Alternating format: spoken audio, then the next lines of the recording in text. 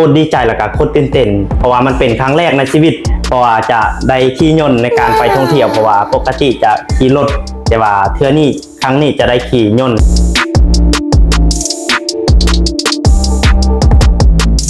สบายดีมื้อนี้ก็มาพบกับข้าเจ้าเนาะทำเกี่ยวกับประเสริฐซีซาโนเนาะซีซาโนเนาะมื้อนี้คือเราจะมาสัมภาษณ์เนาะความรู้สึกที่ว่าน้องซีซาโนเนาะก็ได้ผ่านโปรโมชั่นเนาะได้ไปท่องเที่ยวภาคใต้เนาะก็คือจะไปท่องเที่ยวสุดนี้คือพิเศษสุดๆเลยเนาะไปแบบ VIP 3 มื้อ 2 คืนเนาะอาจจะไปด้วยเครื่องบินเนาะปกติเฮาไปนี่แบบไปโดยรถเนาะขึ้นรถบัสหรือว่ารถเมล์แต่ว่าสุดนี้คือเราจะขึ้นเครื่องบินเนาะซึ่งเราจะทำความรู้สึกของน้องซี่เนาะว่าเพิ่นมีความรู้สึกแนวใดแล้วก็เพิ่นมีเป้าหมายแนวใดจึงผ่านโปรโมชั่นท่องเที่ยวในสุดนี้เนาะเพราะว่าเพิ่นเองก็เป็นหนึ่งในเป็นคนเดียวที่ว่าผ่านอยู่ในเป็นสมาชิกแบรนด์ของพวกเราเนาะโอเคเราจะมาถามความรู้สึกของน้องซีเนาะนี่ก็เป็นแบบว่ามื้องามยามดีก็รู้สึกตื่นเต้นแล้วก็ดีใจหลายที่ว่าตัวเองเฮ็ดบรรลุเป้าหมายเพราะว่าข้าพเจ้านี่เชื่อเลยว่าคนอื่นเฮ็ดได้เฮาก็เฮ็ดนั้นแล้วข้าพเจ้าก็เพิ่นได้จัดโปรข้าพเจ้าก็ได้เฮ็ดบรรลุเป้าหมายตัวเป็นแบบว่าความรู้สึกของข้าพเจ้านี่รู้สึกว่าโคตรดีใจแล้วก็โคตรตื่นเต้นเพราะว่ามันเป็นครั้งแรกในชีวิตเพราะว่าจะได้ขี่ยนต์ในการไปท่องเที่ยวเพราะว่าปกติจะขี่รถแต่ว่าเทื่อนี้ครั้งนี้จะได้ขี่ยนต์ในการไปท่องเที่ยวในครั้งนี้พิเศษสุดๆเนาะแล้วก็เขาได้ไปเที่ยวท่องเที่ยวฟรีเนาะท่องเที่ยวฟรีกินฟรีทุกอย่างเนาะกินหรูอยู่แพงแล้วก็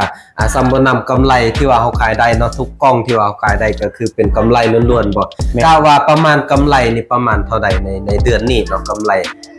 ที่ว่าเขาขายได้เนาะประมาณเนาะประมาณ20 ปลายล้านเนาะแต่ว่าเขาหักค่าสินค้ากับค่าแอดเนี่ยค่าสินค้าก็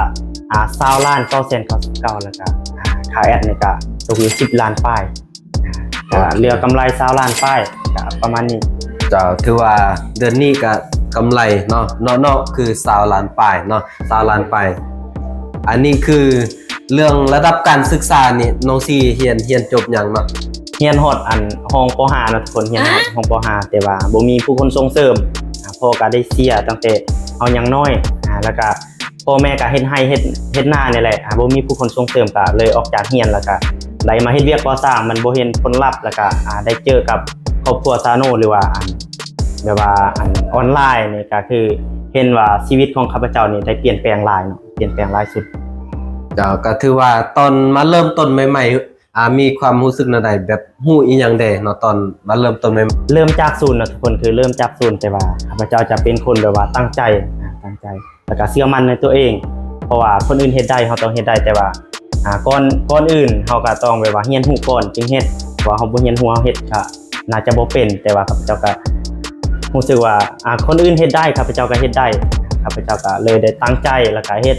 ก็ได้บรรลุเป้าหมายก็คือ1ไปท่องเที่ยวอยู่ไทยข้าพเจ้าก็ได้บรรลุเป้าหมายแล้วก็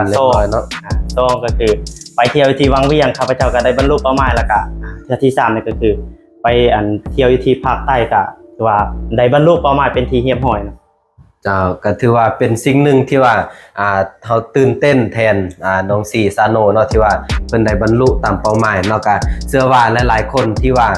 ได้เบิ่งได้ติดตามเนาะทางแบรนด์ซาโนของพวกเฮาก็จะได้เห็นการเคลื่อนไหวต่างๆเนาะสำหรับผู้ใดที่สนใจอยากจะสร้างรายได้เนาะและก็เป็นคนที่เรียนจบมาแล้วเนาะมีอาชีพอยู่แล้วแต่ว่าอาชีพบ่ตอบโจทย์อยากจะมาเปลี่ยนแปลงกับพวกเขาเนาะอย่าลืมติดต่อมาหาทางพวกเขาเนาะเดี๋ยวเราพบกันที่แขวงภาคใต้เนาะสำหรับมื้อนี้เนาะสบายดีบ๊ายบาย